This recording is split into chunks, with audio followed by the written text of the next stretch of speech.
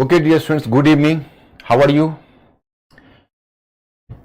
Yesterday, we have discussed a lot about the syllabus and our method of study of the part of the world history. My students, in my previous class, I have made this point crystal clear that we have not to follow the subject in a very traditional manner.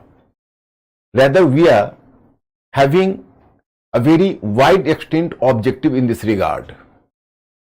We have to go through the world history, but world history has to work as a gateway to knowledge to other parts of general studies as well. If you are going to evaluate the world history simply on the basis of the place it covers in the first paper general studies, you will not be enthusiastic. But if you will just observe the intrinsic value of this part world history, you will be, you can say, really enthused and over enthusiastic. Actually, this world history, through the study of world history, you can move from the part of world history to international relation, to international economy, to constitutionalism. So all the parts can better be covered. Now let us start now, my students, because you know, if we are not having the prelims part, rather we have to follow the mains part, you know. First of all, actually, my students, we have to start from the world history part. And here, let us start here.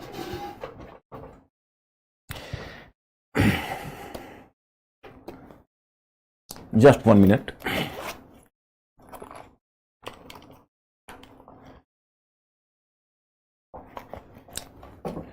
Yesterday I have discussed about the specific method how to go through this part of world history. मैंने पिछले class में आपको बताया था कि हम लोग का स्पेसिफिक फार्मूला क्या होगा. So we have to follow this formula.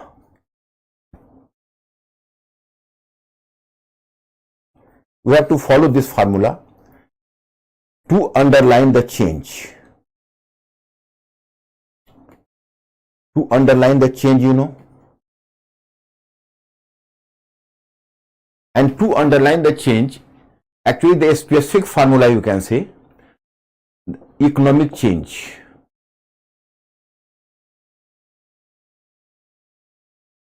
Economic change.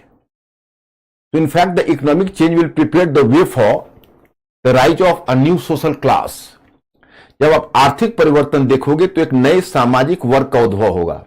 So economic change, you can say, essentially results into the social change as well. जब आप इकोनॉमिक चेंज से गुजरोगे तो उसमें सामाजिक परिवर्तन या सोशल चेंज होना ही होना है. तो that will result into social change. Then the social change has to culminate into ideological change, and then ideological change to political change, and so on and so forth. But this process has to move on. So my friends, whenever you have to go through the part of the world history, you have to be conscious about the fact that we have not to simply collect the bundle of informations or the facts, or we should not simply collect the series of events which had been taking place from time to time. Rather, we have to concentrate over the process of change, how the change is going on. That's why, my friends, just we have started the topic here from the emergence of ancient and medieval world. Because you know, whenever you are going to make a study of the modern world, so you cannot make justice to the part of the modern world without the proper study of the ancient world and the medieval world. So let us start from there. First of all, here I have given you the information about the specific thing. World which is visible today is completely different from what it had appeared to be thousands of years earlier. We need to underline the elements of changes while going through growing through years after years, decades after decades, and century after century, while measuring the contours of the world history, then a complete picture comes before us. मतलब हम लोग जब world history से गुजर रहे होंगे तो decade से डेकेड, सेंचुरी से सेंचुरीज हम लोगों को चेंज को अंडरलाइन करना है, तब उसकी प्रॉपर समझ हमें विकसित होगी. But before making a survey of world history, we should be aware of the fact that more or less the world history is still obsessed with Eurocentric approach. My students, here I have to inform you that while making a study of the world history, we are supposed to be cautious about the fact that world history, and the study of world history is basically Eurocentric. All the important events and all the important ideological development is supposed to have occurred in Europe, and other continents were simply expected to imitate them. मतलब उन्होंने ये हमें हमारे दिमाग में भरने का प्रयत्न किया है, कोशिश की है कि दुनिया में जितनी भी महत्वपूर्ण घटनाएं हुई या जितने भी महत्वपूर्ण डेवलपमेंट हुए वह यूरोप में हुए, और बाकी जो दुनिया है, बाकी दुनिया ने उसकी केवल नकल ली है या फिर इमिटेट किया है. And it was in this way you can see कि whenever you are making a study of even the Asia, Africa and other continents, we are just observing the continents or the developments of the continents from the prism of Europe. And the European scholars always try to prove that other continents are heavily indebted to Europe in material and ideological fields both. But we people and our historians and our research scholars have just tried to prove that no, even Europe is equally indebted to other continents from the viewpoint of resources, from the viewpoint of material objectives, and from the viewpoint of even you can say ideas. अब मैं आपसे discuss करूंगा कि जिसको तुम western Renaissance कहोगे, आज मैंने एक मैटर आपको भिजवाया है. I have just sent, we have sent some study material to you today, that is the second part of the rise of modern West. And here you can say renaissance, reformation, you know, mercantilism, the rise of nation state 30 years forward. So these topics are being covered in today's study material, and you may get them downloaded. So that is waiting there. Have you downloaded the study material? Ankur, just ask them. Have they received the study material today? My students, please give me a hint. क्या आपने आज अध्ययन सामग्री ग्रहण किया है? Have you downloaded?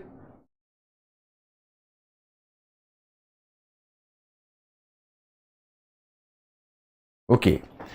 अब now that is Western Europe. अब before going through the political structure, I have to make you clear. If we have to make a study of the rise of Europe or any other continent, so a story starts much earlier. In one sense, you can say that a story starts with Paleolithic, Neolithic and Chalcolithic age.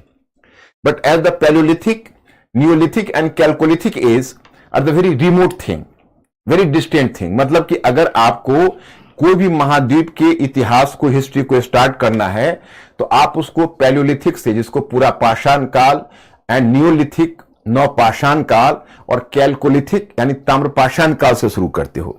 लेकिन इतना पीछे हमें नहीं जाना है, that is not advisable. तो हम कहां से स्टार्ट कर रहे? तो आप मान के चलिए कि न्यूलिथिक पीरियड के बाद which were the earliest civilizations in the world. So three civilizations were supposed to be the earliest civilizations of the world. One was Mesopotamian civilization in existing Iran, Iraq. Second one, Egyptian civilization in northeastern Africa, and third is Indus Valley civilization in northwestern part of India. So these civilizations were definitely the earliest civilizations in the world. After that, you can count Chinese civilization, because China is also one of the oldest civilizations in the world. And then after Chinese civilization, and much later, because Maya civilization, there is the one civilization that is called Maya civilization. So that appeared in Latin America, Maya civilization. But you know what you know as the Greek civilization. So Greek civilization was definitely the earliest civilization in Europe.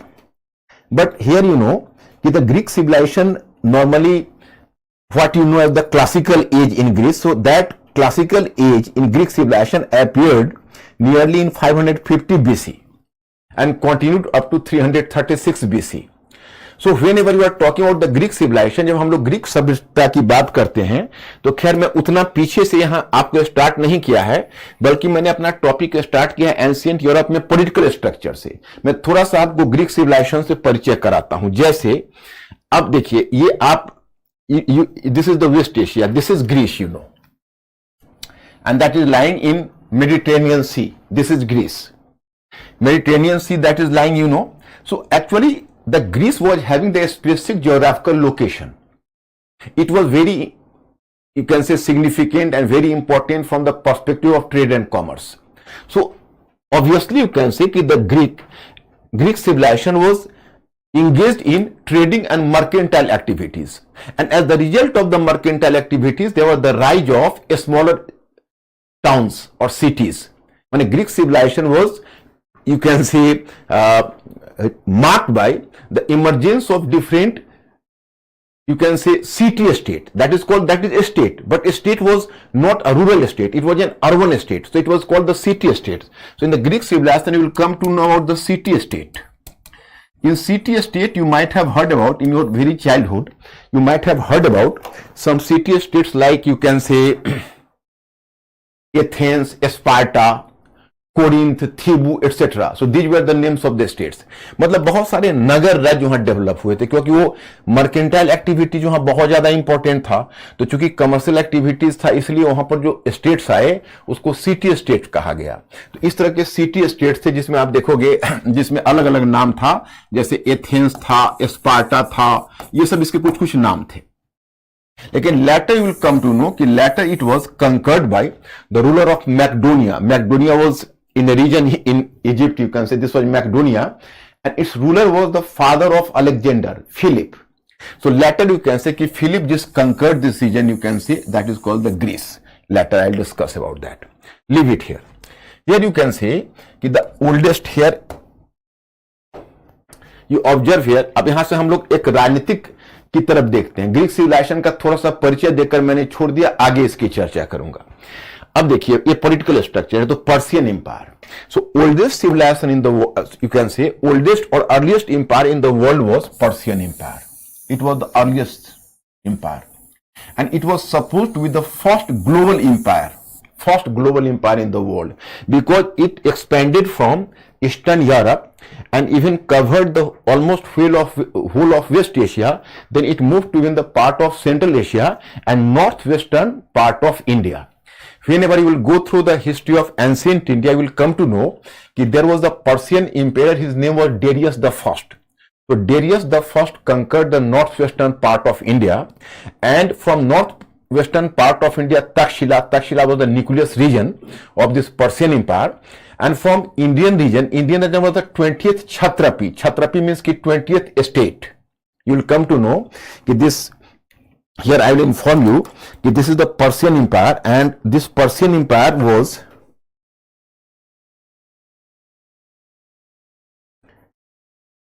as the first empire. You just mentioned about that Persian Empire, and that expanded from Eastern Europe, you can say the Mediterranean region, up to the northwestern India, and a part of it covered almost whole of western, you can say West Asia, and a part of Central Asia. तो ये वहां से शुरू होता था, पूर्वी Europe से, eastern Europe से, और नॉर्थ वेस्ट इंडिया तक पहुंच जाता था. डेरियस के बारे में आप एंशिएंट टाइम में पढ़ोगे. इसको कहा जाता है कि यह इंडिया का जो रीजन था, ये इसका 20th क्षत्रपी था. क्षत्रपी कहते थे प्रोविंस को. तो इसका 20th प्रोविंस था, और इससे डेरियस को 360 टैलेंट गोल्ड पर एनम जाता था. मींस कि Indian region was giving him the 360 talent gold per annum as revenue. इसको राजस्व के रूप में इतना गोल्ड मिलता था. Unbelievable, you can say. अब what was the exact quantity of talent we are not familiar with, because it was the very earliest, you can say, unit of measurement और the weight. So today that is not clear कि what was the exact value of this talent. तो इतना gold उसको प्राप्त होता था. लेकिन यह फिर आपको, you will come to know कि Darius and his successor could maintain the unity and integrity of empire, but this empire decline very soon. Not very soon, but after some centuries Jerex was his successor. He also maintained its control over, India. First was the Persian Empire under Cyrus. Cyrus was the earliest king. Then Persian Empire under Cambyses. But Persian Empire under Darius. So Darius had control over India. And former Assyrian. तो ये जो empire था, ये empire कई centuries तक रहा, फिर इसका डिक्लाइन हो गया. अब इस एम्पायर का डिक्लाइन हो गया तो सेकेंड वन मैंने अपने स्टडी मटेरियल में I have mention about the Greek empire. And the Greek empire came into existence at the graveyard of Persian Empire. Here I have to mention about that. That is the Roman Empire. Okay, I am talking about Alexander's Empire. Possibly there is not the map of an Alexander's Empire. Just 1 minute. Alexander's Empire. This was Alexander's Empire. After the disintegration of Persian Empire, then from Macedonia, Alexander's Empire. Actually, the father of Alexander was Philip. Alexander से तो आप सभी लोग वाकिफ होंगे. ये कोई नए व्यक्तित्व नहीं है, बहुत फेमस व्यक्तित्व है. इसका फादर का नाम था Philip. He started to rule in the Macedonia from 336 CE. And he was really a very competent ruler, and it was Philip who conquered even Greek city-states. Greek city-states were conquered by whom? That was the Philip, the father of Alexander. And then Alexander created the vast empire while destroying the relic of the old Persian Empire. मैंने Persian empire का जो भी बचा हुआ भाग था उसको destroy करते हुए अलेक्जेंडर सीधे यहां से वेस्ट एशिया क्रॉस किया, वेस्ट एशिया में उसके एम्पायर को डिस्ट्रॉय किया, and that reached up to the northwestern part of India and a part of Central Asia including Afghanistan. So it was the vast empire of Alexander.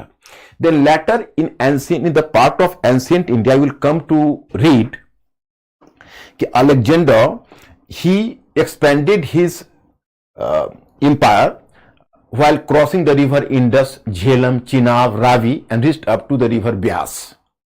But after beyond the river Byas, there was the, you can say, region of Dhanananda. That was the illustrious successor of Mahapadnanda.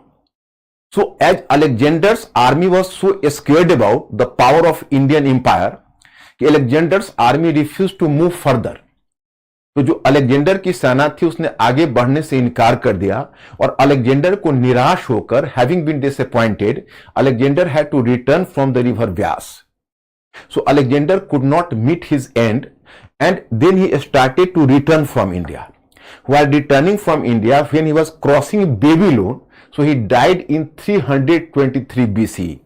So here, my students, earlier you will just come to know about Persian Empire, and then after Persian Empire, its decline, then I have made you familiar with Alexander's Empire. Alexander's Empire. Even this empire declined. This empire declined particularly after Alexander.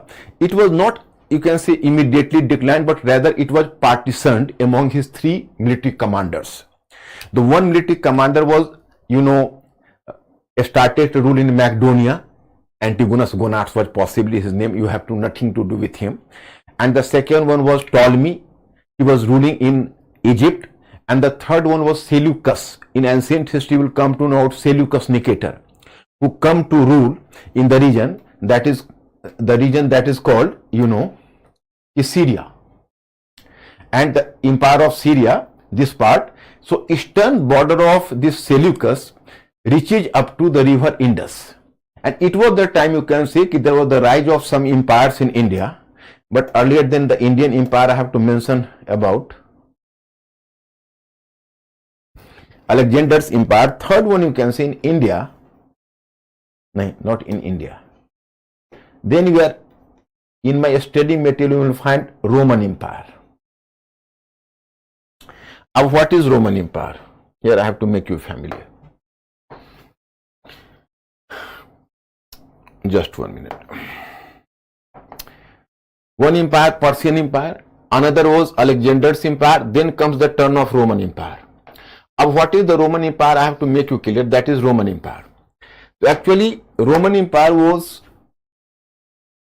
at the Greek civilization. Earlier there emerged the Greek civilization. So Greek civilization was supposed to be the earliest civilization in Europe. And up to the decline of Greek civilization, there emerged a new civilization that is called the Roman civilization. But my friends, Greeks and Romans, whenever you will just make a study later, you will come to know the Greek civilization and the Greek society was the earliest society in Europe. You might have heard about a number of Greek scholars like Plato, Aristotle, Socrates. मतलब इन सब का थोड़ा सा परिचय होना आवश्यक है, क्योंकि आगे जब मैं आपको रिनेशन कराऊंगा तो हमें ग्रीक सिविलाइजेशन का रेफरेंस देना होगा, तो इसलिए थोड़ा सा आप मेंटली अलर्ट रहिएगा और मुझे 2 to 3 डेज का टाइम दीजिए। 2 to 3 डेज में आपकी कनेक्टिविटी बन जाएगी। इनिशियली आपको थोड़ी दिक्कतें होगी, but you have to tolerate this. धीरे धीरे फिर आइडिया, क्योंकि जो बिगिनिंग होती है ना, तो पहले एक स्ट्रक्चर बनना होता है। मतलब here I am giving you the very raw example कि suppose in your mind, so this base is not clear, but once we are going to put the base, then you can say we will start to build the house gradually, and gradually your house will started to move on, and then you will develop the proper ideas about the whole of the world history. तो इसलिए अभी initial है, तो initial में थोड़ी आपको दिक्कतें हो सकती है, लेकिन इसको आप टॉलरेट करिएगा। तो मैंने आपको बताया कि जैसे अर्लियर सिविलाइजेशन ग्रीक सिविलाइजेशन था, and then came Roman civilisation. But one thing, the approach of the Greek people was intellectual. Greek people was having the very, you can say, different type of significance, you can say. They believed in the material happiness, you know. They believed in the, you can say, they were singing the songs of life. They were not talking about salvation. मतलब हम आपको ये बताना चाहते, जो Greek लोगों के बारे में कहा जाता था कि वहां पर उनके पास बहुत सारे स्लेव लेबर थे। अपने यहाँ क्या था कि स्लेवरी सिस्टम थी, मतलब, but they were the domestic slaves. Like ancient Greece and ancient Rome, in India, the slave labor was not involved on any massive scale. They were not involved into production. So the condition of India from the viewpoint of slave labor was different from the ancient Greece and ancient Rome. तो हमारे यहाँ जो slave labour होता था, वो slave labour का जो configuration था या कॉम्प्लेक्शन था, दैट वाज डिफरेंट। क्योंकि हमारे यहाँ डोमेस्टिक स्लेव्स होता था, वहां पर वो एक मैसिव स्केल पर स्लेव लेबर को एग्रीकल्चर में लगाते थे। तो इट इज सेड दैट कि they were basically involving the slave labour in production and they were having a long time of leisure. So how will they spend their time at that time? तो they were actually spending their time in different sorts of occupations. One was to making the physical exercise, they were doing the physical exercise, and second one was कि they were spending their time in intellectual pursuit, बौद्धिक गतिविधियों में, and third one was कि they were basically spending their time while enjoying the life and holding the parties and celebrating the life. The night parties were the common features, and particularly you can say the wine and the different sorts of luxury of life were being enjoyed by the Greek people, the Greek elites, that is called patricians. वो लोग elites हुआ करते थे और slave labor पर पलते थे, party मनाते थे, फिजिकल एक्सरसाइज करते थे और प्लस इंटेलेक्चुअल गतिविधियों में रहते थे। तो इसलिए ग्रीक सिविलाइजेशन का एक बहुत बड़ा फीचर था। जैसे हम आपको बताएंगे आगे रिलीजन में कि हम लोगों के रिलीजन में एक सैल्वेशन का कॉन्सेप्ट आया। There is the concept of salvation. Hindi में उसको कहा जाता है मोक्ष। चाहे ब्राह्मणिज्म हो, उसमें सैल्वेशन है, बुद्धिज्म है, उसमें निर्वाणा है, जैनिज्म है, उसमें कैवल्या है। But my students, here you should know कि एंशिएंट ग्रीक पीपल और ancient Roman, they don't believe in this salvation. And second one thing you find that they were idol worshippers. Our Vedic people in India, Harappan people were idol worshippers. But here you know that these Vedic people of India, they were not worshipping idols. They were not idol worshippers. Idol worship was not prevailing. But in ancient Greece and ancient Rome, there was the idol worship. And one important thing you will find that there was the what today you know as in ancient history Gandhara art, possibly you might have heard about. So it was the inspired by the Greek and Roman style, because in India there was, you can say, normally we are having the sculpture, or you can say we are here the, suppose you can say we are just making the statues, but our statues were not physically fit. But in ancient Greece and ancient Rome, they were just making the statues with the proper physical refinements. Suppose you can say there you will find the statues in ancient Greece. So it appears that कि possibly they represented the gym built body. मतलब वहां जो ancient Greece और ancient रोम में जो उनका idol होता था, उनकी मूर्तियां होती थी, वो बहुत फिजिकल फिटनेस को दिखाती है. बाद में उसी का इंपैक्ट हमारे गांधार आर्ट पर पड़ा है. तो थोड़ा सा मैं ग्रीक और रोमन सिविलाइजेशन के बारे में इसलिए बता दिया कि आगे जो मैं आपको रेनेसां बताऊंगा या रेनेसां समझाऊंगा, तो उसमें हमको एंशियंट ग्रीस और एंशियंट रोम का रेफरेंस देना होगा. खैर छोड़िए, अब इससे ज्यादा मैं इस पर नहीं कुछ चर्चा करना चाहूंगा. ये हमारे सिलेबस का पार्ट भी नहीं है, बस आपको थोड़ा सा मैं फैमिलियर करवा रहा हूं. Second thing, make a comparative study of the Greek and Roman civilization. So here I have to inform you that the Greek people were having intellectual approach to life, but Roman people were having the pragmatic approach to life. So that's why the Greek city-states could not emerge to be an empire, and Greek city-state could not form an empire in future. But here I have to inform you that Roman civilization, Greek civilization could not emerge to be an empire, but Roman civilization could emerge to be a big empire. मतलब जो Greek सभ्यता थी, Greek civilisation था, वो एक empire के रूप में कल्मिनेट नहीं किया था, लेकिन जो रोमन सिविलाइजेशन था, वो रोमन सिविलाइजेशन एक एम्पायर के रूप में कल्मिनेट किया था. It culminated into the form of an empire. So in this way you can see, you will find here the difference in approach in Greek civilization and Roman civilization. Okay, so here my point is there was the creation of a big empire that was called the Roman Empire. When a Greek empire was subsumed by or swallowed up by Alexander's father Philip, and Greek civilization later became the part of the Alexander's empire.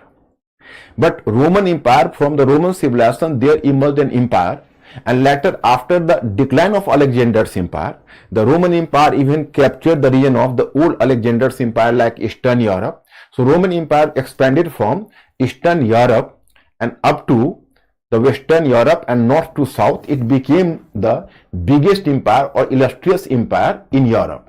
This is here, you know, starting from here the Spain, here you can, this is Britain. All is covered by this Roman Empire. Britain, here France, that was called Gaul at that time. Here you can see that is, you know, Spain, that is a part of empire. Even Northern Africa, that is, you will go through, that is the empire of, जैसे, that is the Roman Empire. And Roman Empire even conquered a part of the Carthaginian Empire, that is known as Carthaginian Empire. जैसे Roman empire तो western Europe, Europe में है, लेकिन ये तुम देखोगे जब मेडिटेरेनियन सी देखोगे, तो मेडिटेरेनियन सी के साउथ में जस्ट आपको नॉर्दर्न अफ्रीका का नॉर्दर्न पार्ट यहां दिखेगा, के बीच में यूरोप और इन दोनों के बीच, स्पेन और इन दोनों के बीच तो काफी कम डिस्टेंस है, that is known as Gibraltar, you know. यहां पर एक कार्थेज का एम्पायर था. तो पहले कार्थेज एम्पायर रोमन एम्पायर के साथ कंपटीशन करता था, लेकिन नियरली 146 सी में, माने 146 सेंचुरी में इसने, रोमन एम्पायर ने कार्थेज के एम्पायर को जीत लिया. तो ये बहुत बड़ा हो गया.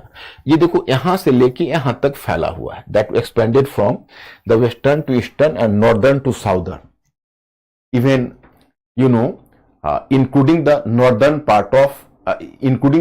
Part of Africa after conquering Carthaginian empire. तो इतना बड़ा आप रोमन एम्पायर को देखो. My students, you might have gone through my study material, and here you come to know due to its formidable size, the Roman Empire divided between two parts. Due to its formidable size, here you will find here the name of Diocletian in 3rd century. In my study material you will find. You will come to know even the Roman Empire was divided between two parts, the Western Roman Empire and the Eastern Roman Empire. The Western Roman Empire was known as up to 3rd century. But my students, whenever the Roman Empire was combined together, मतलब जब दोनों में division नहीं हुआ था, तो आप लोगों ने शायद कहीं पर पढ़ा होगा, अगर इंग्लिश लिटरेचर से हो गया, वैसे भी शेक्सपियर का एक प्ले है जूलियस सीजर। तो जूलियस सीजर यहीं का जनरल था, मतलब अनडिवाइडेड रोमन एम्पायर का, and later he was assassinated. And you also come to know कि Roman empire was earlier republic. अब दुनिया में जब रिपब्लिक की बात होती है तो ग्रीक सिविलाइजेशन को डेमोक्रेसी कहा जाता है, because the people were taking decision through consensus. And here you can say कि the Roman empire is suppose to be the earliest republic. लेकिन अब इस व्यू को कंटेस्ट हमारे हिस्टोरियंस भी करते हैं कि हमारे यहाँ अर्लिएस्ट लिक्ष्मी डायनेस्टी थी, या हमारे यहाँ भी इस तरह के स्टेट्स थे जो नॉन मोनार्कियल थे, तो उनको भी रिपब्लिक कहा जाए। लेकिन ये जो रोमन एम्पायर है वो पहले रिपब्लिक के रूप में आया था। Earlier it emerge to be a republic, but later at the time of you can say Augustus and at the time of Tiberius it converted into a monarchy. पहले एक रिपब्लिक था और बाद में it was converted into a monarchy. तो फिर आपको मेरे स्टडी मटेरियल में यू विल बी इन्फॉर्म कि due to its formidable size it was divided. Here you can say pink area is western Roman empire and here you can say light pink, so that area is the brownish area is that is eastern Roman empire. तो आपको एक नाम मिलेगा जब आप history में पढ़ोगे, तो एक नाम वेस्टर्न एम्पायर रोमन एम्पायर है और एक नाम ईस्टर्न रोमन एम्पायर के लिए और भी मिलता है, बिजेंटियन, चाहे Byzantine empire.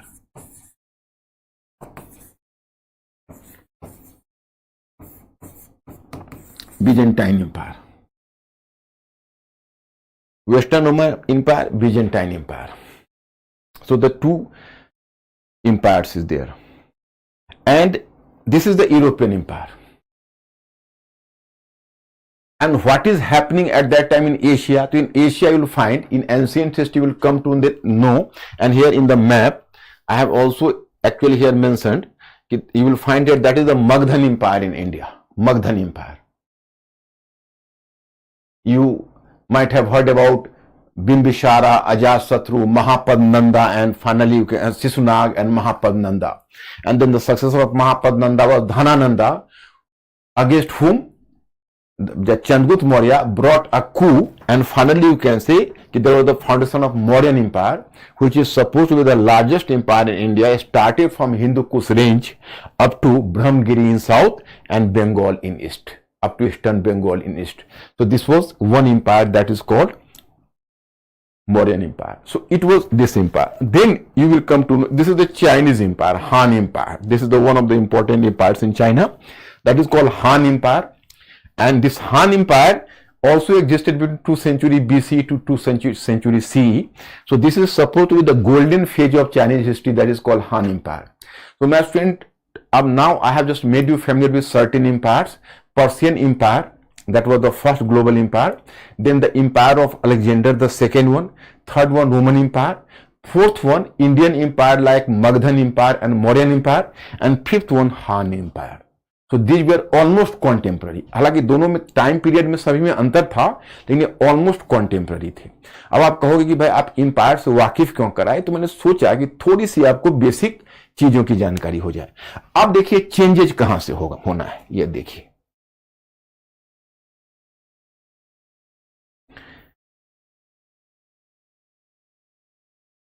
The changes have to start from here.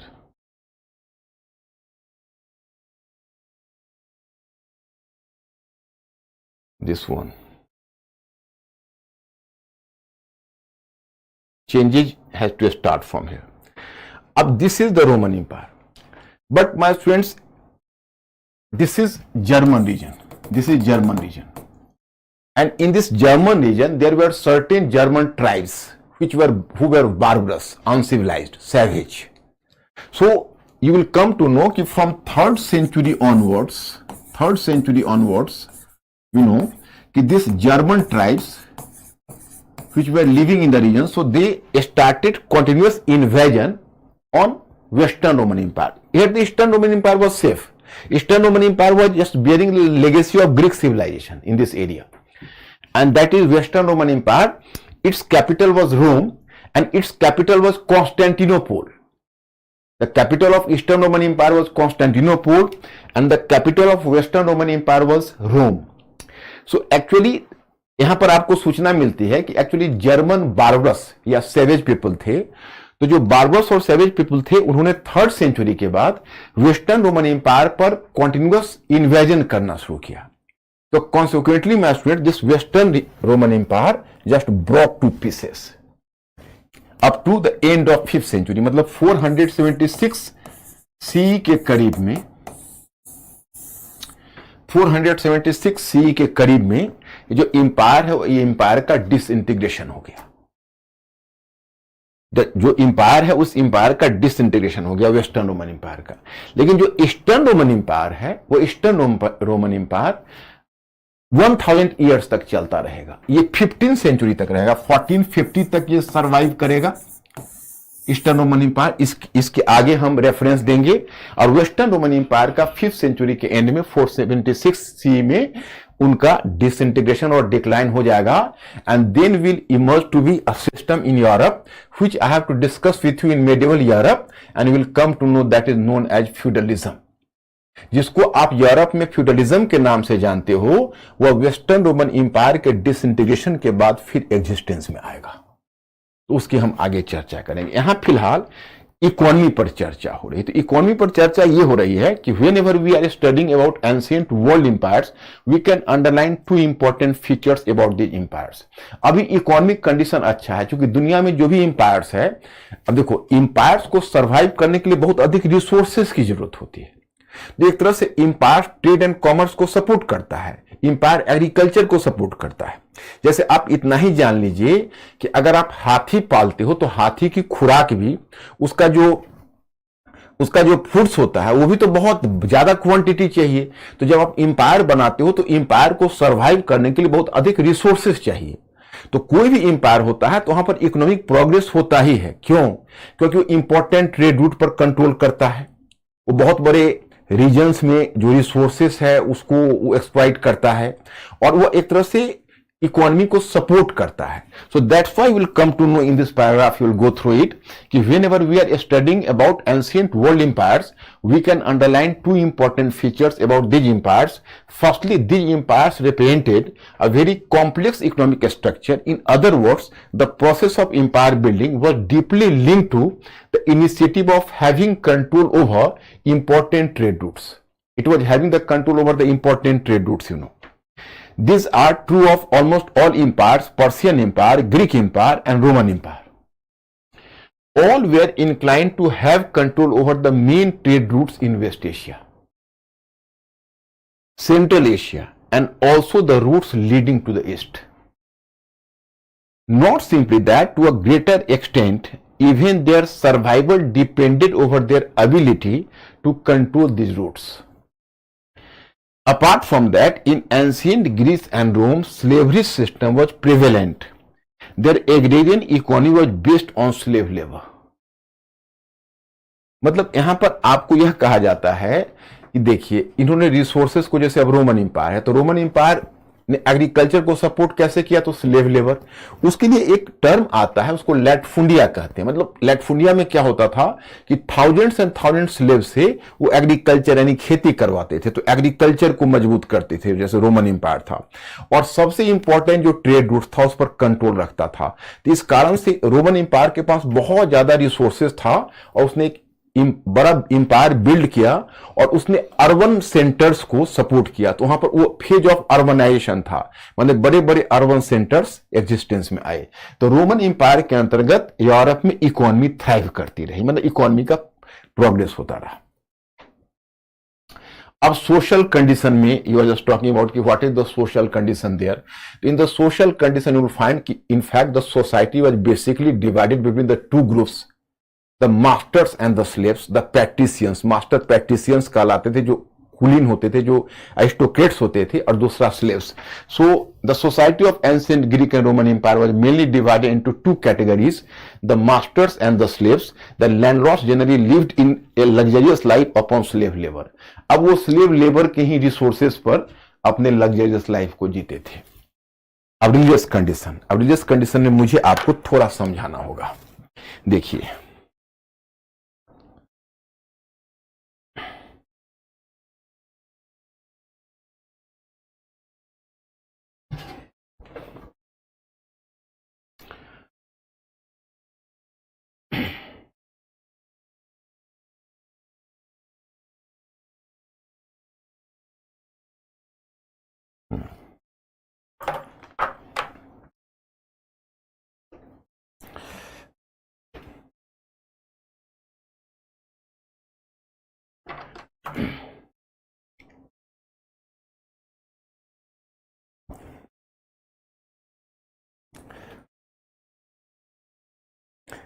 religion. Just observe here. As the earliest religion, you people have to mention about earliest religion, that is in Europe or in West Asia, you can say.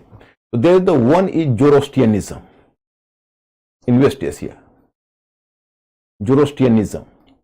जोरोस्ट्रियनिज्म को बोलते हैं, क्या बोलते हैं उसका नाम? उसका नाम बोलते हैं, जो वेस्ट एशिया में था, इसकी चर्चा शायद इसमें नहीं होगी। जोरोस्ट्रियनिज्म को कहते हैं जरथुस्ट्र रिलीजन, जरथुस्ट्र, उसी से पारसी निकले हैं, जोरोस्ट्रियनिज्म से ही पारसी निकले हैं, तो उसको जरथुस्ट्र बोलते हैं। तो जरथुस्ट्र रिलीजन है, इसका एक जो बेसिकली इसके जो प्रोपाउंडर थे या एक्सपोनेंट थे, एक्सपोनेंट का ही नाम था जरथुस्ट्र, उसी का नाम जरथुस्ट्र था, जिसने पर्सिया में इस रिलीजन को चलाया था, ईरान में। और इसका मानना था कि दो शक्तियां होती है, that is the good power and bad power. मतलब देर इज कि there is the light and the darkness, मतलब it was symbolising, light was symbolising the good power and darkness as the bad power. तो दोनों के बीच हमेशा conflict होता है, ये बेसिक थियरी है जोरोस्ट्रियनिज्म का, और इसी से पारसी रिलीजन निकला है। इसमें फायर वर्शिप का विशेष महत्व है, तो इसको छोड़ो, इस पर हमको बहुत चर्चा नहीं करनी। कुल मिलाकर जोरोस्ट्रियनिज्म था, वो पर्शियन इंपायर ने उसको अपना स्टेट रिलीजन बना लिया। अब देखिए, बहुत सारी जो चीजें हैं, स्टेट रिलीजन जो बनाया जाता है, तो बहुत सारे इंपायर जानबूझ के अपना एक स्टेट रिलीजन रखते हैं। जैसे पर्शियन इंपायर, चूंकि इसमें क्यों सेमेंटिंग फोर्स, क्योंकि ताकि हम लोगों की श्रद्धा को, लोगों का जो लॉयल्टी है, वो हम अपने इंपायर के लिए इंश्योर कर सके। तो उसके लिए रिलीजन को, खास के जो रूलिंग क्लास के लोग हैं, वो रिलीजन का यूज करते हैं अपने लिए। उसी में जो पर्शियन इंपायर, जो डेरियस का मैंने आपको बताया था, so Persian empire they were just promoting Zoroastrianism. Zoroastrianism means की Zarathustra religion as their state religion. And then you will come to know कि later Christianity became the religion of Roman empire, and likewise Buddhism became the religion of Ashokan empire in under Mauryas, you know. So actually all the religions were working as the cementing force for the empire. मतलब उसमें वो क्या होता है कि वो साम्राज्य में जोड़ने वाली शक्ति के रूप में धर्म काम करता है। तो क्या, चलिए एक तो ये हुआ, तो ये तो चलिए इसके हल की चर्चा करते हैं। मेन है यहां पर, जिसको अब्राहमिक ट्रेडिशन कहते हो, इसको बोलते हैं Judaism. Judaism, that is the very important religion, and that is यहूदीवाद। You are using the term यहूदीवाद, Judaism, you know. So, what is Judaism? So basically, there was the prophet. In Judaism, there was one prophet that was called Abraham. Abraham was the prophet. Abraham was the prophet, and actually Abraham, just he came from earlier what you know as the Jews. Its followers were called Jews. So Jews were settled in Mesopotamian region, and possibly in 8th century BC, मतलब BC मतलब before Christ. Actually पहले क्या होता था, पहले आप दो term को यूज करते थे। एक टर्म कहलाता था BC यानी before Christ, and second one term CE, नहीं, second one term that was called AD, अन्नो डोमिनाई। दोनों का मतलब जीसस क्राइस्ट से ही होता था। डोमिनाई का भी मतलब, एनो डोमिनाई का मतलब जीसस क्राइस्ट के बाद, और बिफोर क्राइस्ट मतलब क्राइस्ट से पहले। तो बाद में क्या हुआ अभी रिसेंट में, कि in fact the followers of other sects they started to put a point of objection कि why our calculation of the time should be Christian centric. So we are not going to accept the Christian centric time period. So now we can say कि perceiving the protest from the followers of the different sects, you know, कि now the term has been changed. In place of BC, now they are using the term, you can say BC, they are using the term BCE, before common era, and CE, common era. After anno domini, we are just using the term of now common era and before common era. So Judaism, Abraham, just you can say under the leadership of Abraham, you can say that the Jews just moved from Mesopotamia to Palestine region, and it was in Palestine region, you can say this was, and It is believed that this Judaism was supposed to be the first sect in West, or the first sect in Western world, which propagated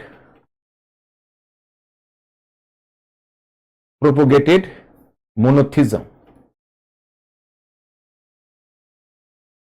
This sect propagated monotheism. Monotheism को हिंदी में कहते हैं एकेश्वरवाद. एकेश्वरवाद, worship of a single God,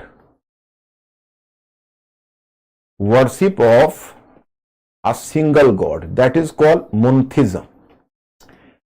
And here, my friends, this monotheism basically emerged for the first time in the Western world with the rise of Judaism.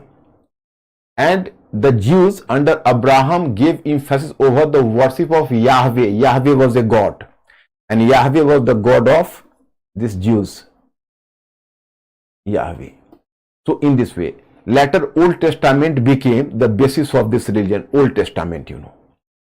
And Palestine region, the Jews were living in Palestine region. Later, my friends, the Roman Empire, in course of the expansion, I have just mentioned you about the Roman Empire.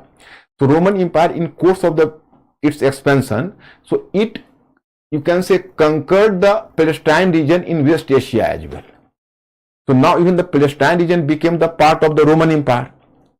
So actually Roman Empire, when expanded in Palestine region, so Roman Empire started to persecute the Jews. Why they started to persecute the Jews? The basic point of difference was that under Roman Empire there was idol worship was prevalent. Idol worship was prevalent means कि जो मूर्ति पूजा थी वो होती थी. And there was polytheism was prevailing. Polytheism का मतलब है worship of more than one god. And above all, even the idol of the king was being worshipped as the god, because the Roman emperor was making the claim for the divine right of kingship. मतलब अब क्या है कि Roman king की भी पूजा की जाती थी, उनका भी वर्शिप होता था, और पोलिथिज्म था, बहुदेववाद था, मतलब worship more than one God. उनका जो रोमन लोगों का जो रिलीजियस परसेप्शन था वो ज्यूज लोगों से डिफरेंट होता था, तो इसलिए they started to persecute Jews. So अब my students, it is from here the problem of Jews started in the world. Later I'll just, in the part of world history, even I have to discuss about the problem of Palestine and Jews. What happened? A large number of, actually in Palestine was the original region because Jews were just settled there, but due to the persecution of Roman Empire, a large number of Jews fled from the region and they spread to the other parts of Europe and they started to live there. And basic problem with Jews was that, or the basic strength, they were the very successful businessmen.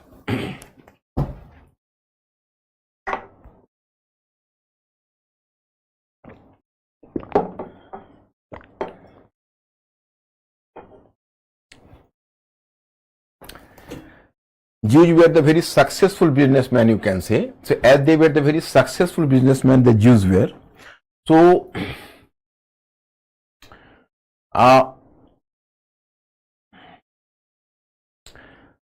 they were living at that time in the region, you know.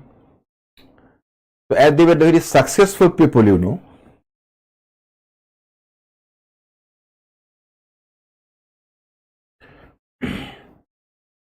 so whenever they were living in the different parts of Europe, so everywhere the Jews were being persecuted by the, you can say, rulers. मतलब जहां भी Jews जाते थे उनका persecution होता था, rulers उनको परेशान करते थे, और इसलिए कि basically the Jews, as they were the successful businessmen, so whenever they were moving in a region, so they used to replace the existing business class or the merchants from the race.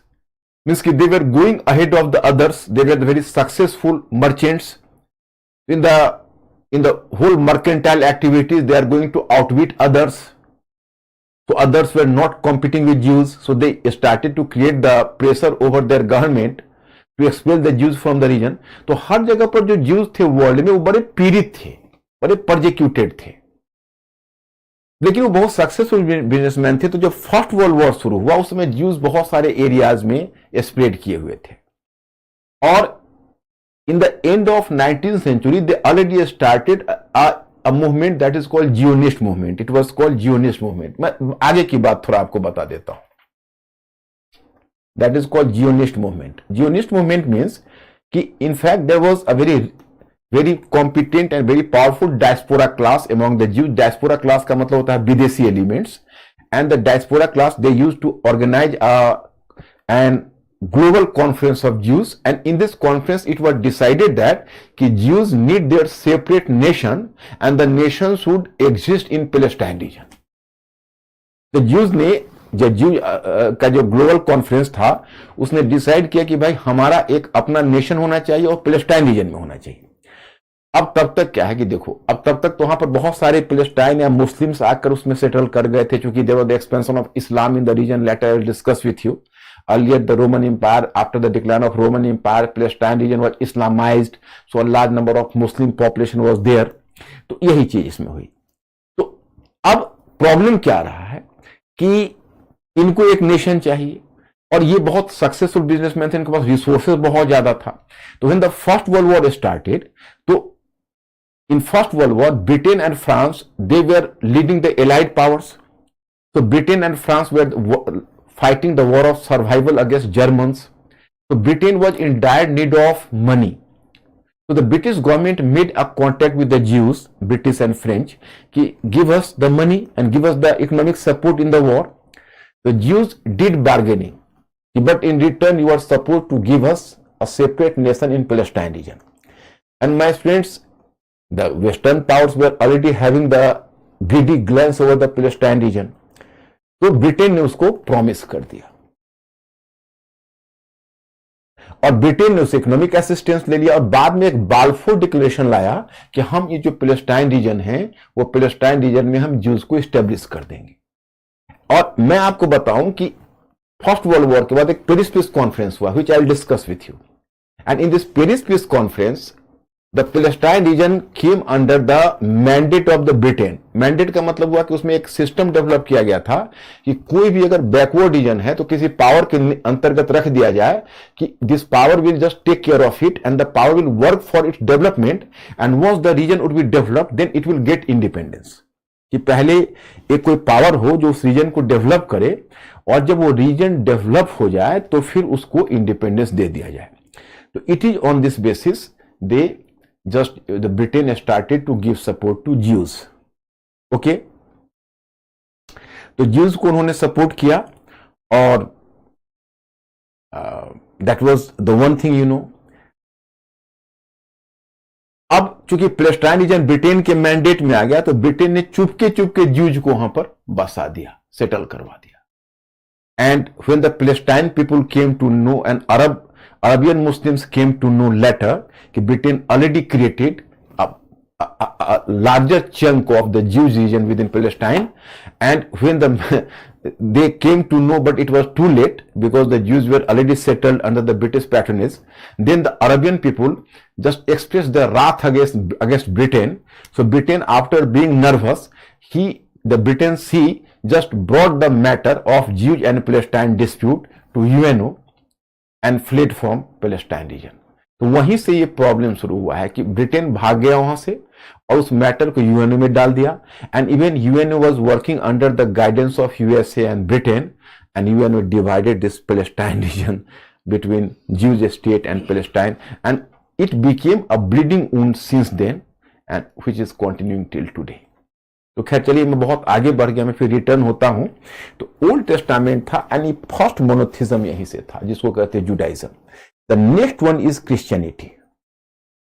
And my friends, in here you have to be careful because they are consciously using the term Abrahamic tradition. Abrahamic tradition means कि इस tradition में 3 religion है. Whenever you will find here the term Abrahamic tradition, तो वो tradition क्या है? So in fact this tradition is started by Judaism. Its next sequel is Christianity, Jesus Christ. So Jesus Christ is also associated with Abrahamic tradition, and like Abraham, Jesus Christ is also a prophet. And even Christianity is having the basis of a text what you know as the New Testament or Bible. So Bible is the one text. Even Christianity promoted monotheism. So it was from the same Abrahamic tradition, and later you will come to know Islam. So Islam is also from the same Abrahamic tradition. The first prophet was Abraham, second prophet of Jesus Christ, and third prophet was Muhammad. But you will ask me, what is the point of difference between Islam and Judaism and Christianity on the other hand? Because both are coming from the same tradition, same Abrahamic tradition. You may ask me the question. Actually, it is true that Prophet Muhammad became the prophet. But after prophet, Islam declared that Prophet Muhammad is the last prophet in the series. And it also emphasized that after that no prophet had to appear on this earth. Prophet Muhammad he last prophet रहेंगे और no कोई दूसरा prophet इसमें नहीं हो सकता.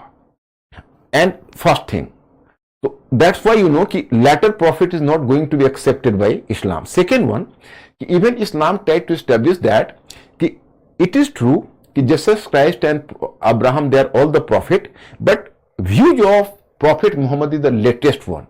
So whosoever view is going to, differ with Prophet Muhammad, so that will not relevant. तो मतलब Prophet Muhammad का जो विचार है वो सबसे लेटेस्ट है और Prophet Muhammad सबसे लेटेस्ट prophet है. इसी पॉइंट पर कहीं ना कहीं एक क्लीवेज हो गया आगे, मतलब वो क्रिश्चियनिटी में और जुडाइज्म से इस्लाम का जो एग्जिस्टेंस है और इस्लाम का जो आइडेंटिटी है वो अलग हो गई. तो ये here you will just come to observe कि these are in the same series, Judaism, Christianity and Islam. So later I will discuss with you Islam. अब now question arises because you know कि what is the reason of Jesus Christ. Here you will come to know that is Egypt, that is here in this region, Asia Damascus process, Constantinople. This is the region. This is the Palestine region in this region in West Asia, and that is Jerusalem. This is Jerusalem. I am searching this. So it was in Jerusalem, you can say, that Christianity. Jesus Christ was born, and that is Bethlehem, that is the place, And right from the very beginning, he was having a very meditative mind, and he was always brooding over the, you can say, very significant questions of life, even in his youth. And it was at the age of 30, he moved to the desert region, because in India you can say that normally the saints were moving to the forest region for gaining knowledge, but actually no forest is available in West Asia. So Jesus Christ just moved in the desert region in order to carry his, you can say, meditation in a very lonely place. So it was in the lonely place he was carrying his meditation, and he tried to know about God, and he tried to solve some basic questions of life. So he gained his knowledge at the age of 30, and then Jesus Christ started to spread knowledge in the common people. अब देखो Jesus Christ का क्या था कि Jesus Christ मतलब जनसामान्य के बीच move कर रहे थे, मतलब कॉमन पीपल के साथ मिक्स कर रहे थे. और just like Indian version of Sai Baba, कि मतलब उनके बारे में कहा जाता है कि बेसिकली मतलब एक फकीर की तरह से जिंदगी जी रहे थे. तो जीसस क्राइस्ट भी एक फकीर की तरह से जिंदगी जी रहे थे. तो he was active in Palestine in the first thing. And second thing, even Christianity was promoting monotheism, and this Roman Empire was already worried about monotheism. It was due to two causes. First one, कि this Roman Empire was promoting the polytheistic religion. Polytheistic means कि बहुदेववादी, एक से अधिक God का. And second one, it was the Roman Empire which was emphasizing the worship of king, the idol of king. तो अब king के idol को वो बेसिकली रोमन एम्पायर प्रमोट कर रहा था. तो इस वजह से एक बड़ी समस्या आ रही थी, क्योंकि रोमन एम्पायर को लगता था कि जीसस क्राइस्ट अगर इस तरह से मोनोथिज्म यानी एक ईश्वर की बात करेंगे, और एक ईश्वर ही नहीं, shapeless god, no idol worship. Even Judaism oppose idol worship, Christianity oppose idol worship and later even Islam oppose idol worship. तो आइडल वर्शिप तीनों में किसी में परमिसेबल नहीं था। तो चूंकि क्रिश्चियनिटी ने आइडल वर्शिप को अपोज किया और रोमन इंपायर चूंकि आइडल वर्शिप करवाता था, एंड सेकेंड वन कि Jesus Christ was just moving in the common people and he was just, you can say, he was a prophet of the common people. So it created some sort of, you can say, concern in the mind of the Roman ruling class, because this Roman ruling class was worried about the fact that कि such activities of Jesus Christ might create a bigger problem for us. मैंने उसको मानना था कि Jesus Christ की जो ये activities है वो हमारे लिए एक बहुत बड़ा प्रॉब्लम पैदा कर सकता है।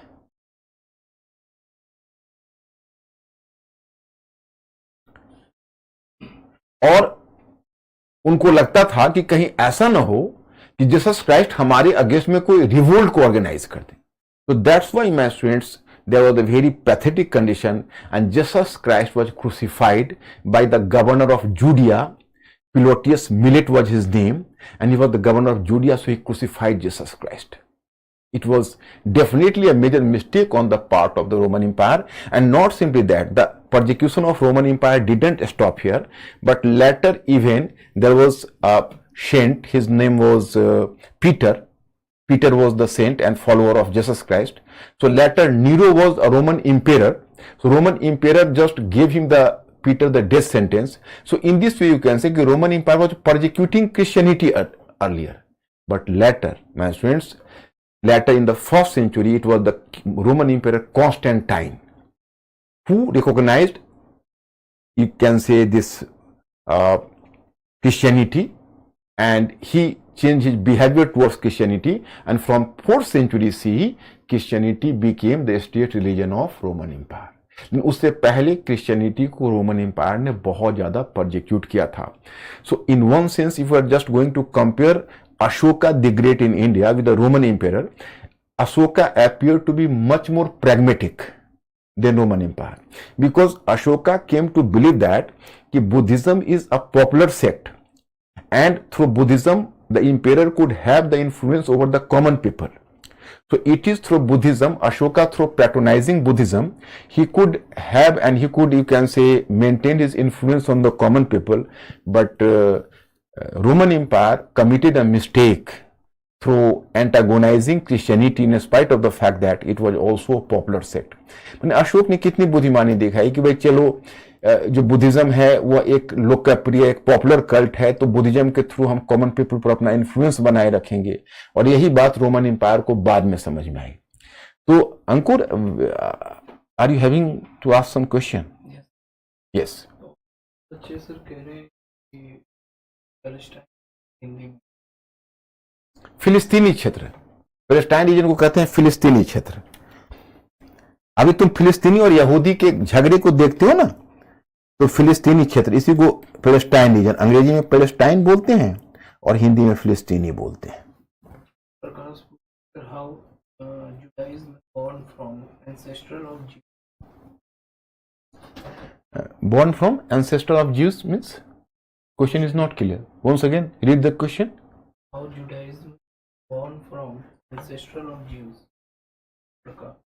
Prakash, ancestor of Jews, Judaism basically, Judaism was prevailing among the Jews, and Jews have just, you can say, took as their prophet Abraham. तो जो अब्राहम प्रॉफिट है, बाद में एक मूसा भी आए हैं, तो अब्राहमी ट्रेडिशन इसीलिए अब्राहम से ही माना जाता है, तो ज्यूज के द्वारा ही स्टार्ट किया गया था।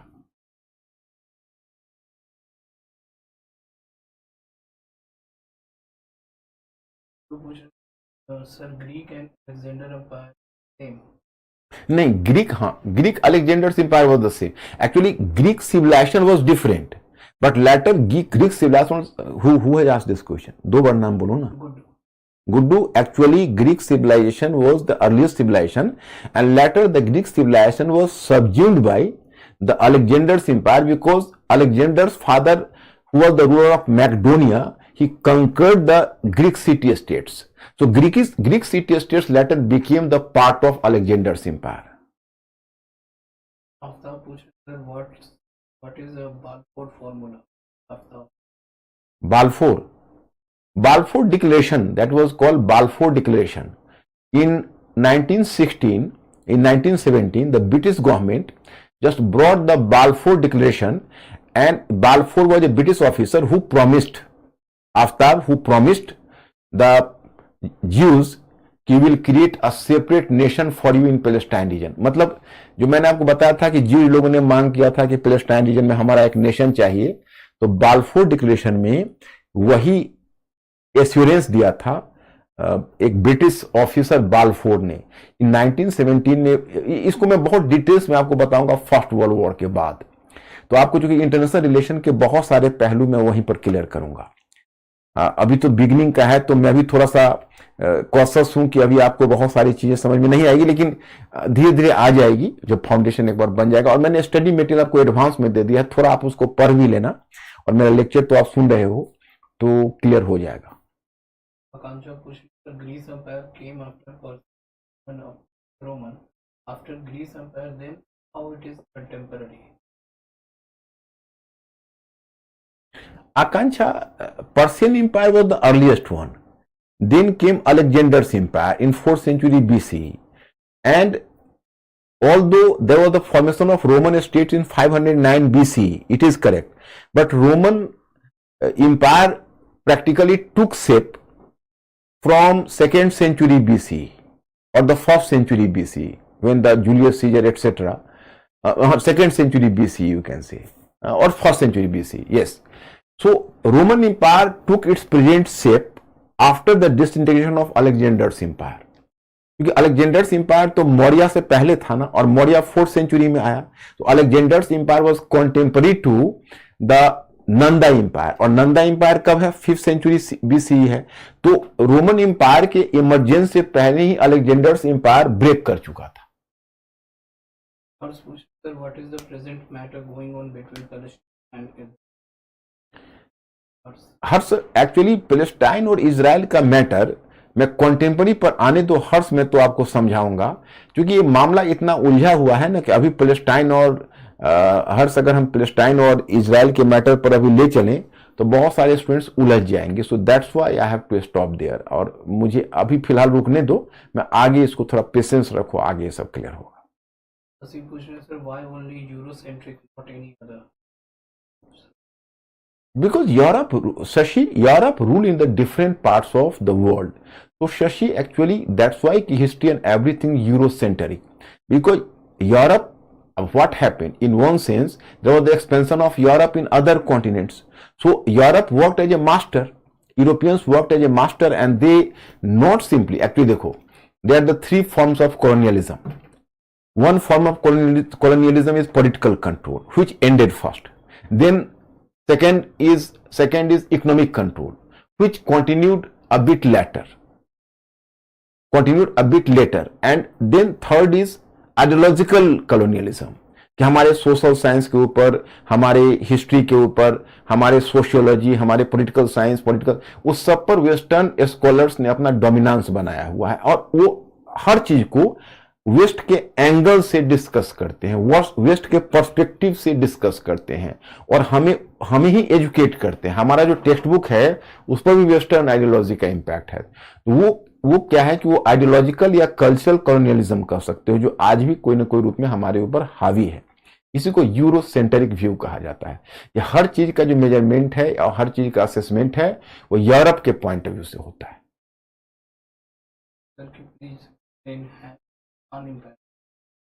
Han Empire was the empire of China. Actually, it was in early Christian centuries the empire flourished, and Han Empire or the Han period is supposed to be the one of the golden period in Chinese history. So that is called the Han Empire.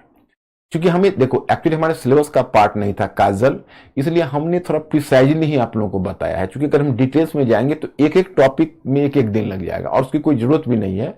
मैंने आपको ancient world से वाकिफ कराया कि देखो ancient Europe, केंद्र में तो यूरोप है, तो यूरोप को ही हमने सेंटर में रखा. अब suppose I have discussed about Judaism and then Christianity, and then I have to discuss about Islam in medieval age, because I have done the ancient period. In ancient period in India, there was the prevailing religion of Brahmanism, Buddhism, and Jainism. And China, Confucianism. In China, there is the Confucianism. Confucius is, and you can say it was basically a social reformer who was contemporary to Buddha in China. So Confucius ideology is very important, and Han Empire patronized the Confucius ideas. And Confucius basically Confucianism या जो कॉन्फ्यूशियसवाद है वह basically religion कम है और social value ज्यादा है. आज भी चाइनीज साइट पर कन्फ्यूशियसिज्म का इंपैक्ट है. और एक और थिंकर चाइना में हुआ लाओ से उसको बोलते हैं. तो ये सब 6th सेंचुरी बीसी के सब इंपॉर्टेंट थिंकर्स हैं. Holy Roman Empire, why holy is used? अच्छा, I will use the term. Let me, Ayush. Ayush, in medieval part, I'll just make you familiar with Holy Roman Empire. तो let us in ancient, अगर ancient में कोई problem है तो बताओ, फिर मैं आगे बढ़ूंगा. I have to move further. Jatin Gujral, what caused the rise of a specific religion, ideology, particular reason? Religion is the Jatin religion is basically, there is no any specific cause for the rise of religion. Religion is basically, you can say, a perception, some sort of, you can say, a point of view. It is some sort of, you can say, a spiritual refinement. Suppose you can say a religion emerges because gradually, side by side, the emergence of civilization, society, polity, the people are not simply satisfied with the material happiness. Actually, they are just observing the world and the nature nearby. So during the earlier phase, they could not explain the mysteries of nature, so they started to deify them. मतलब वो क्या करते हैं, सबसे पहले religion की शुरुआत तो ऐसे होती है कि आसपास लोग अपने प्रकृति को देखते हैं और पहले उस प्रकृति की गुथियां को, जो मिस्ट्रीज है, रहस्य है, उसको नहीं समझ पाते कि कैसे सनसेट होता है, कैसे सनराइज होता है. तो सबका डाइफिकेशन कर देते हैं, सबका उन्होंने कर देना है, उसको गॉड बना देते हैं. तो रिलीजन कहीं से शुरुआत होती है. फिर जैसे जैसे उनका मतलब उनके इंटेलेक्चुअली जितना वो रिफाइन होते जाते हैं, वैसे रिलीजन को धीरे धीरे वो उसमें स्पिरिचुअल रिफाइनमेंट्स लाते जाते हैं. इस तरह से रिलीजन का ग्रेजुअली इवोल्यूशन हो जाता है. From where Islamic religion originated? I will discuss about Islamic religion, Rahul. I will discuss about. Don't ask question from Islam because I have to cover in medieval. So far, I have discussed simply ancient part. So which area I have just covered? So simply ask the question from that area, and I am going to cover the medieval part as well. So then you can ask me the question from medieval part. Question we push is, sir, how Christianity and Islam originated from Judaism? Was it for movement in religion? No, that was not originated from Judaism. Actually, it was having the same tradition. मतलब इनके बीच एक connectivity बन जाती है, because in fact all of them, आप देखो, Islam, Christianity and Judaism are having the common features. What are their common features? One is prophet. In all of the three as the prophet. Secondly, all of the three originated in the specific time period. So they are not revealed, you can say, that is the revealed religion, revealed. And the third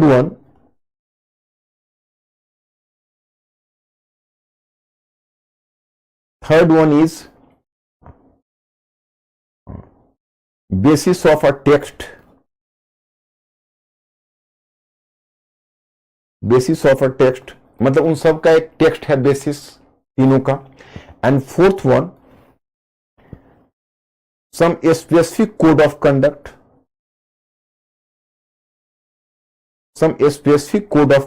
इन सब में एक specific code of conduct है. इससे Hinduism अलग हो जाता है. क्यों? क्योंकि हमारे यहां ना तो कोई प्रॉफिट है हिंदुइज्म में, ना कोई रिवील्ड है, कोई खास टाइम में आया है, ना बेसिस ऑफ टेक्स्ट है, कोई एक टेक्स्ट है. हमारे यहाँ बहुत सारे टेक्स्ट है. हम ये नहीं कह सकते कि वेदा ही उसका बेसिस है, या भागवत गीता बेसिस है, या महाभारत बेसिस है, या रामायण बेसिस है. And some specific code of conduct हमारे हिंदुइज्म में नहीं है, और उनमें एक स्पेसिफिक कोड ऑफ कंडक्ट है. ये फर्क है. Just one minute, I am coming, just stay there.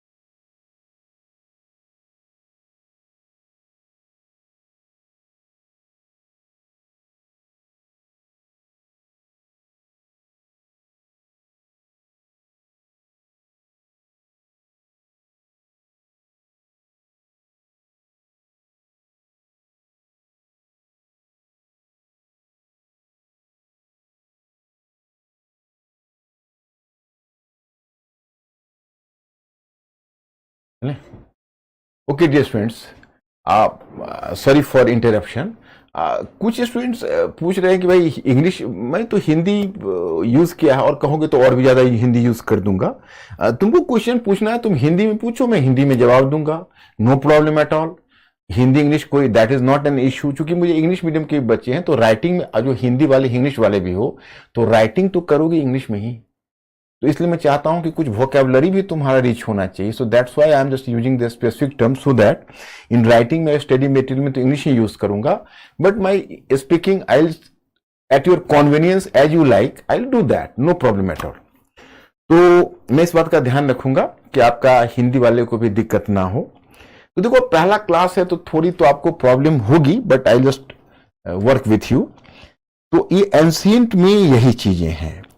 अब my students, you people were asking me, पहले मैं उस पर आता हूं कि you people were asking me in studies class कि should I give you a book list.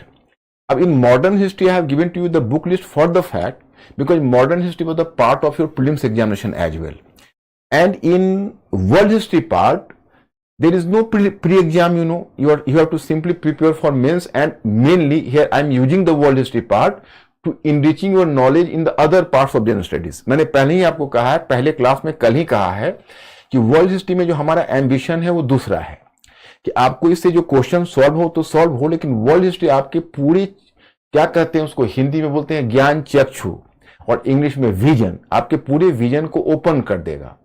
और आप थोड़ा सा पेशेंस के साथ पूरा वर्ल्ड हिस्ट्री कर लो और आपको बहुत सारे जो सेगमेंट्स के प्रॉब्लम्स हैं वो खुद सॉल्व हो जाएंगे। जैसे आज मैंने स्टडी मटेरियल दिया है, so you will go through the study material, in the last you will find I have used the term inter disciplinary approach. उसमें मैंने कैसे इंटरनेशनल इकोनॉमी को प्रमोट कर रहा है और कैसे मॉडर्नाइजेशन को प्रमोट कर रहा है, और लास्ट में मैंने ब्लॉक में दिया है, तो उसको आप देखोगे। तो उसी तरह से मैं हर सेगमेंट में चाहता हूं कि आपका इंटरनेशनल इकोनॉमी का एवोल्यूशन हो रहा है, इंटरनेशनल रिलेशन का एवोल्यूशन हो रहा है, इंटरनेशनल आपको कॉन्स्टिट्यूशनलिज्म का एवोल्यूशन हो रहा है। तो everything should be crystal clear for you people. और मैं क्लास में आपको समझाता चलूंगा। क्वेश्चन राइटिंग के लिए मैं आपको मॉडल आंसर जैसे मॉडर्न हिस्ट्री में दिया, उसी तरह से ढेर सारे मॉडल आंसर पर हम काम करेंगे वर्ल्ड हिस्ट्री में। This is the first one class आपका है, तो उसमें आपको ऐसा दिक्कत नहीं होगी। अब आपने कहा बुक रीडिंग के बारे में, माय स्टूडेंट्स हम आपको ऑनेस्ट सजेशन देते हैं कि वर्ल्ड हिस्ट्री आप मेरा ही स्टडी मटेरियल से काम चला लीजिए। वैसे आई am just suggesting Ankur send them the book list. Actually आपको कोई दूसरा बुक नहीं पढ़ना है, आपको 9th क्लास और 10th क्लास की 2 ओल्ड एनसीईआरटी बुक अगर आप पढ़ना चाहो, if you like, rather if you take advice from me, I will suggest you कि no book at all, go through my study material. अब इसमें अगर आपको पढ़ने में के बाद कोई चीज समझ में ना आए तो हमसे पूछ लो, क्योंकि मैं आपको एक स्पेसिफिक तरीके से लेके चल रहा हूं। बुक में उतने कंफर्ट जोन आपके नहीं होंगे, तो वहां आप परप्लेक्स फील करोगे। वैसे मैं आपको बुक्स आपको मैं बुक में 2 बुक रिकमेंड कर रहा हूं। पुरानी NCERT class 9th story of civilization volume 1 Arjun Deva, and the story of civilization volume 2, that is the old, in original that is not available in the market, you will find the xerox copy। Market में original उपलब्ध available नहीं है, इसको xerox copy आपको मिलेगी, आप ले लीजिएगा। उसको मैं आज बुक लिस्ट में, उसमें मैंने स्पेसिफिक एक बुक में मैंने 3 चैप्टर्स को अंडरलाइन किया हुआ है, 3 चैप्टर्स, और एक दूसरे बुक में मैंने 4 to 5 चैप्टर्स दिया हुआ है। And what ever the new NCERT book class 9, 10th, so I'll suggest you कि after finishing my class then you have to go through the class NCERT book 9th and 10th। ये तो मेरा एक formality है, reality ये है, go through my study material, don't go through any book, follow me totally in world history part। फिर जब मैं एंशिएंट में कल्चर वाला पार्ट कराऊंगा उसमें मैं फिर आपको बुक रिकमेंड कर दूंगा, क्योंकि उसमें तुमको प्रीलिम्स पार्ट भी होगा। लेकिन इसमें तो प्रीलिम्स पार्ट नहीं है, इसमें तो मैं जो आपको बता दूंगा उससे आपका सारा प्रॉब्लम सॉल्व हो जाएगा, तो कोई दिक्कत ऐसा सच नहीं है। तो क्या if you will allow me, should I move to the medieval world? Mister Ankur, ask my students.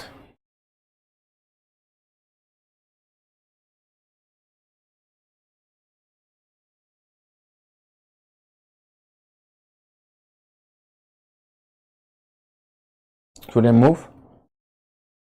Okay.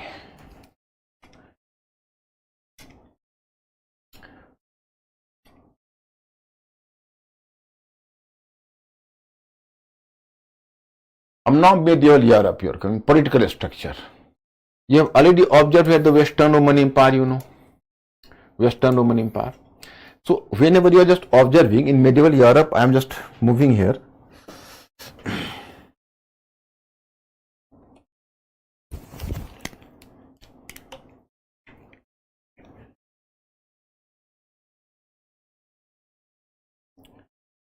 Medieval Europe.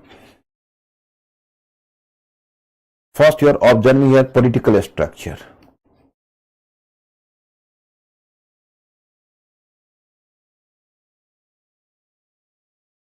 Political structure मतलब राजनीतिक संरचना. पहले आप मध्यकालीन यूरोप पर आइए, राजनीतिक संरचना. अब political structure you can say western Roman empire decline up to the end of 5th century C due to persistent barbarous German invasions. मैंने पहले ही आपको बताया है कि persistent barbarous invasions, due to the persistent barbarous invasions the western Roman empire disintegrated. मतलब कि जो निरंतर जो जर्मन जो अर्ध बर्बर लोग थे वो नॉर्थ से इन्वेड करते थे, आक्रमण करते थे, तो उस कारण से वेस्टर्न रोमन एम्पायर का डिक्लाइन हो गया. अब जो यूरोप में सिस्टम कायम होगा that is called feudalism. So I have to discuss with you. Then invaders were neither having inclination nor sagacity to revive the empire again. मतलब जो इन्वेडर्स आए उनके इन्वेजन से जो जर्मन थे वो तो ट्राइबल पीपल थे, तो उनके actually they were the tribal people and due to their consistent you can say invasions, the German empire brought to pieces. But the newcomers, they were not having the acumen for running the government efficiently and to run the empire. So they preferred that they were the tribal organization. Tribal जो होता है underdeveloped होता है, and there were different tribal chiefs. So they were settled in the different parts of the Roman Empire. And here you come to know कि therefore different German tribal chiefs started to rule independently in different regions. Later, as a result of internecine conflict and coordination, a hierarchical political system was created under different chiefs. At the same time, with the disintegration of Western Roman Empire, decline was visible in long distance trade, money economy, urban centers as well. All these changes combined together were characterized as genesis of feudalism in Europe. Here मैं आपको 1 minute में समझा देता हूं. देखिए sorry,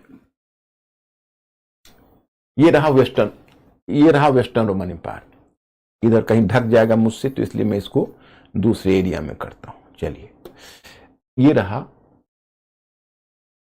western Roman empire. Okay, अब these are the German invaders, so they were continuously invading the region. Okay, so as the result of the invasion, this was divided in different parts, brought to pieces.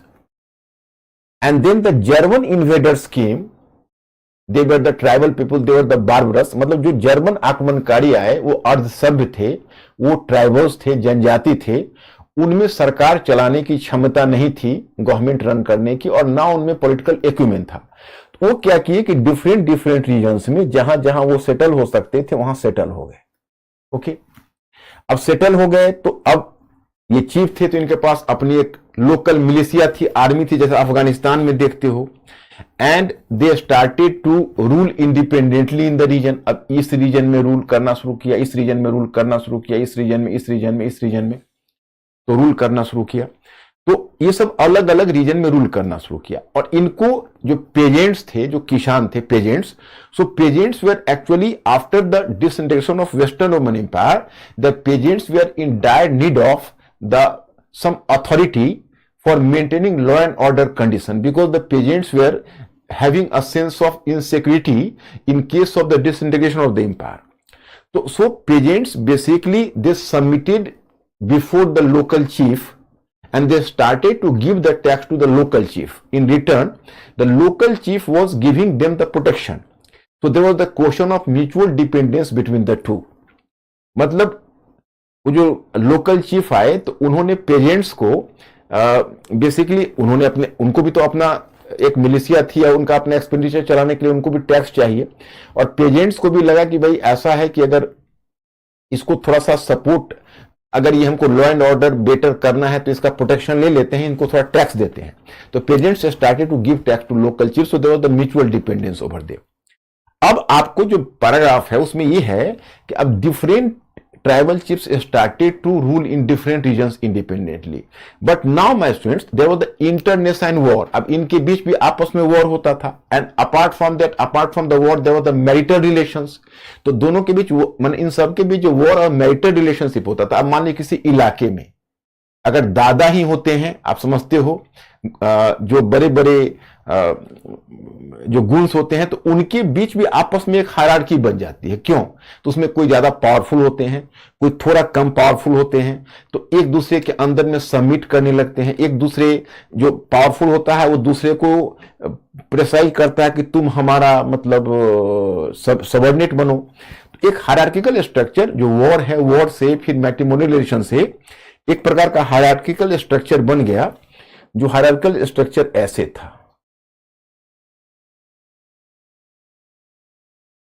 There you come to know that there was some sort of hierarchical structure, you know. So it was some sort of hierarchical structure. And this hierarchical structure, you know, that is the point here. This is the king. The position of the king was just weaker, and this was the lords. So here I have given you the diagram. The political structure here you can see. And actually this is known as feudalism. इस तरह का hierarchical structure जो बना है उसी को feudalism बोलते हैं। और फ्यूडलिज्म का एक इकोनॉमिक डायमेंशन भी होता है। ये तो पॉलिटिकल डायमेंशन हुआ। अब जैसे पहले क्या था कि there was the rise of urban centres, there was the flourishing trade and commerce, flourishing economy, the greater economic surplus and the urban centers, money, economy, etc. But due to the law and order situation and due to the disruption of the empire, even the economy was disrupted. So there was a decline of trade and commerce, money, economy, and urbanization. So this period, this you can say this region is marked by the decline of money, economy, urban centers, as well as the mercantile activities. So there was the rise of the local economy and agrarian economy. So what we know as the feudalism, so it is based on an agrarian economy in which there is the less scope for the wider exchange of money and urbanization. So basically feudal economy is a rural economy. तो इसका एक economic dimension भी और एक political dimension है। मेरा विश्वास है कि आप इकोनॉमिक डायमेंशन भी समझ गए होंगे, क्योंकि रोमन एम्पायर के टाइम में कितना थ्राइविंग ट्रेड था, मनी इकोनॉमी थी, अर्बनाइजेशन था, उसका डिक्लाइन हो गया। और इधर जो पहले मैंने बताया कि पहले जो पॉलिटिकल ये एक एक्सपेंशन था, वो फिर यहाँ पर देखो डिक्लाइन हो गया, एक तरह की हायरार्की बन गई। तो ये जो इसका एक पॉलिटिकल डायमेंशन भी है और इसका एक इकोनॉमिक डायमेंशन भी है, तो दोनों डायमेंशन यहां इंपॉर्टेंट हो जाता है। अब यही आपको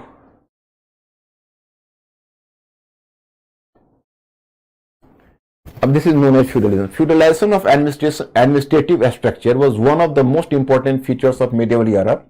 As we have observed earlier, due to barbaric German invasion, Western Roman Empire disintegrated. Then invading German tribes neither had acumen, ये तो हो गया। And ये क्या है फिर?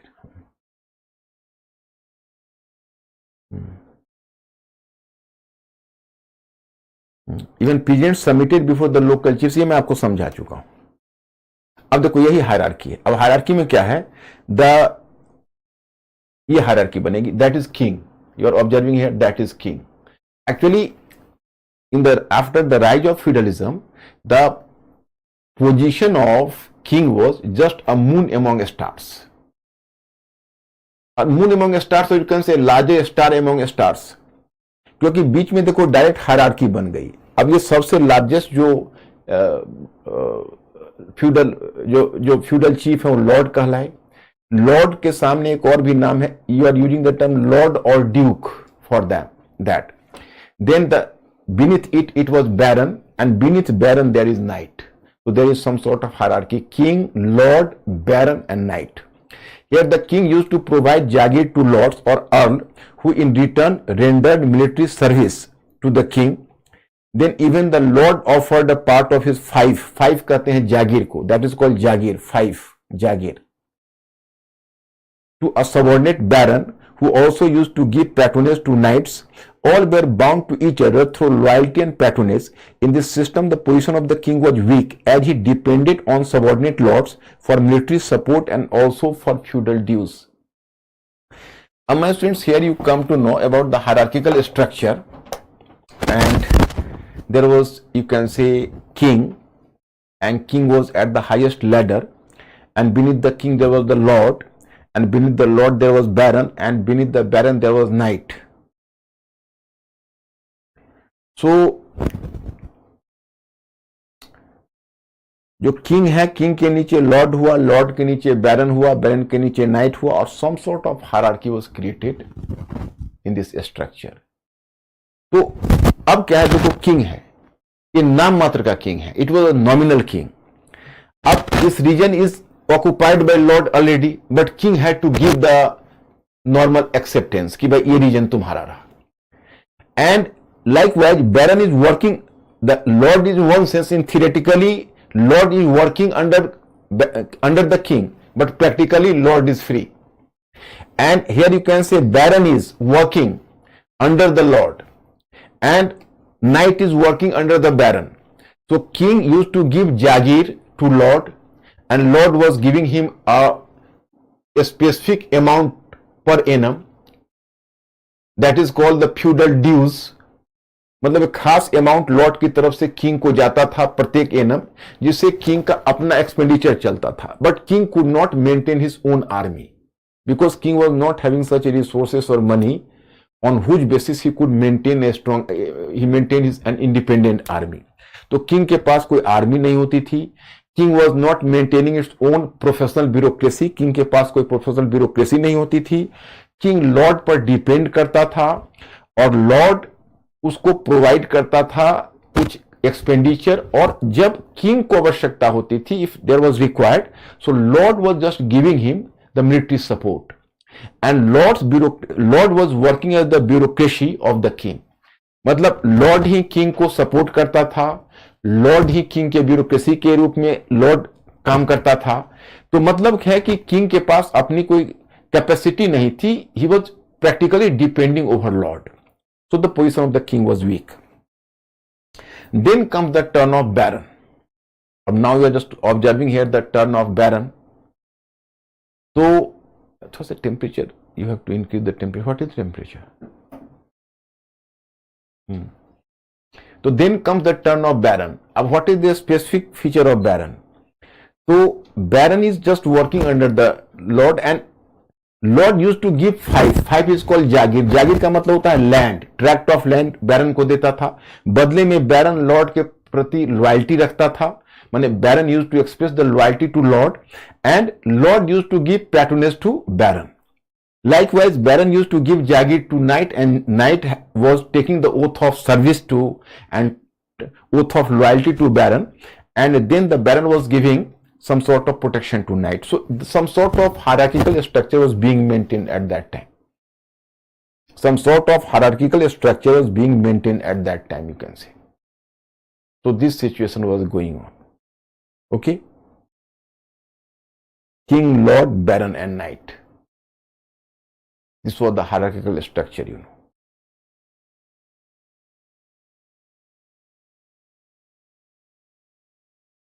Okay? So, to each other through loyalty and patronage. In this system, the position of the king was weak as he depended on subordinate lords for military support and also for feudal dues. Economic structure.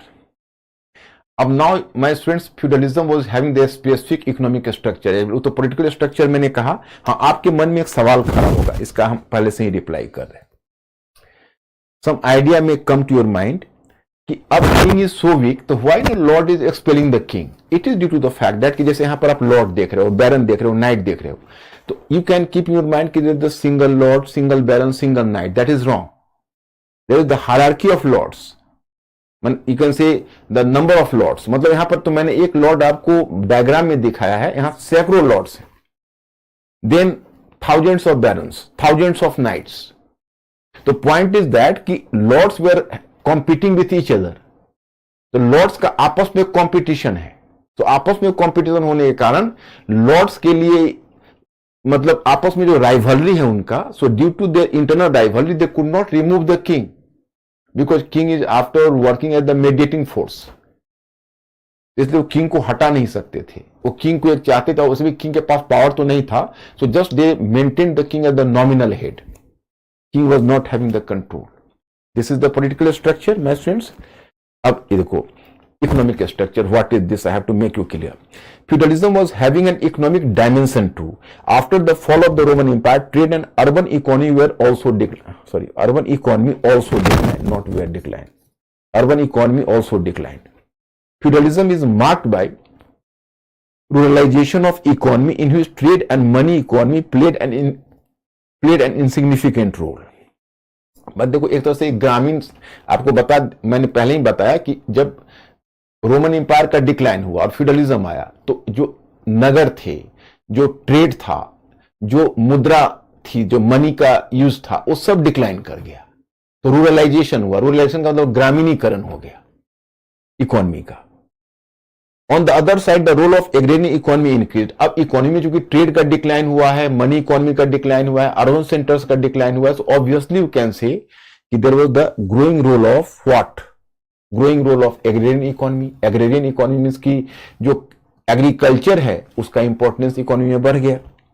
Both feudal lords and peasants were dependent on agrarian economy. दोनों agrarian economy पर depend करते थे. तो feudal lords used to make the peasants tied to the land. अब देखो वहां पर क्या था, जैसे ये मान लो एशिया है या इंडिया है. Take here the example. India में तुम यह नहीं देखोगे कि लॉर्ड्स, यहां जो लॉर्ड्स होते थे या फ्यूडल लॉर्ड्स होते थे इन ancient history, I will make you clear. So they didn't used to make the peasants, they didn't used to make the peasants tied to the land. वो पेजेंट्स को land से Tide नहीं करते थे. वो pageants को लैंड से Tide नहीं करते थे. उनका मानना था कि हम पेजेंट्स को लैंड से टाइड नहीं कर रहे हैं, क्योंकि उनका यह मानना था कि जरूरत ही नहीं थी, क्योंकि यहां पर लैंड फर्टाइल था. So here you can say as the land was fertile, you no.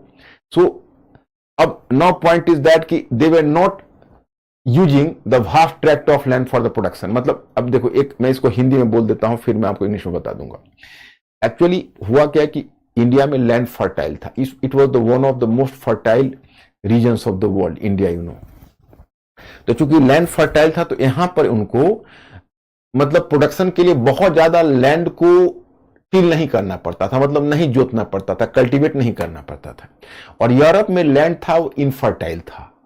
वहां अच्छा, वहां पर लाइफ भी कॉस्टली था because this was the cold region. So everybody had to, even the tenants had to acquire the proper clothes to cover their bodies.